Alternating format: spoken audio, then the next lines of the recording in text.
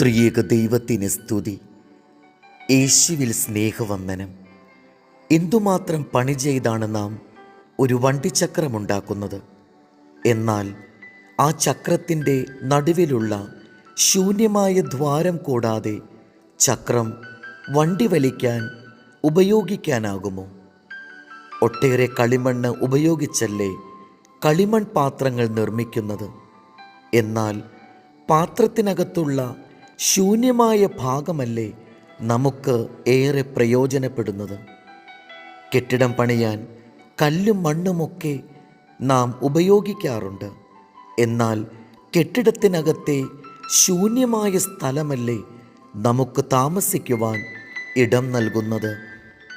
അതുപോലെ നമ്മുടെ അസ്തിത്വത്തിന് ഒട്ടേറെ ഗുണങ്ങളുണ്ടെങ്കിലും നമ്മിലെ ശൂന്യതയാണ് നമ്മുടെ ജീവിതത്തിന് ഏറെ മാറ്റിയേകുന്നത്. ജീവിതത്തിലെ ശൂന്യതയ്ക്ക് നമ്മുടെ ജീവിതത്തിൽ കൂടുതൽ പ്രകാശം നൽകുവാൻ കഴിയും. നമ്മിലെല്ലാവരിലും ശൂന്യതയുണ്ട്. ഈ ശൂന്യത പല രീതിയിൽ നമുക്ക് നിറയ്ക്കുവാൻ കഴിയും.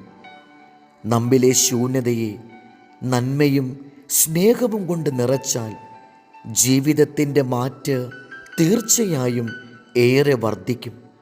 എന്നാൽ നമ്മിലെ ശൂന്യതയെ തിന്മയും വിദ്വേഷവുമൊക്കെ കൊണ്ട് നിറയ്ക്കുന്നതെങ്കിലോ നമ്മുടെ അസ്തിത്വത്തിൻ്റെ കാന്തിക്ക് ഏറെ മങ്ങലുണ്ടാകും.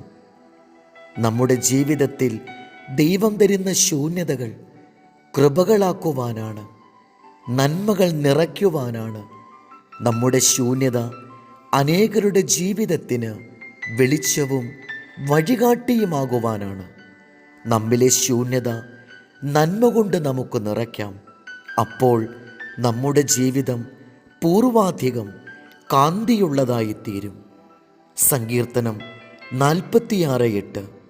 വരുവിൻ, യഹോവയുടെ പ്രവൃത്തികളെ നോക്കുവിൻ, അവൻ ഭൂമിയിൽ എത്ര ശൂന്യത വരുത്തിയിരിക്കുന്നു. ദൈവം നമ്മെ അനുഗ്രഹിക്കട്ടെ. കർത്താവിൽ എളിയ ശുശ്രൂഷകൻ ഈരാളിലച്ചൻ.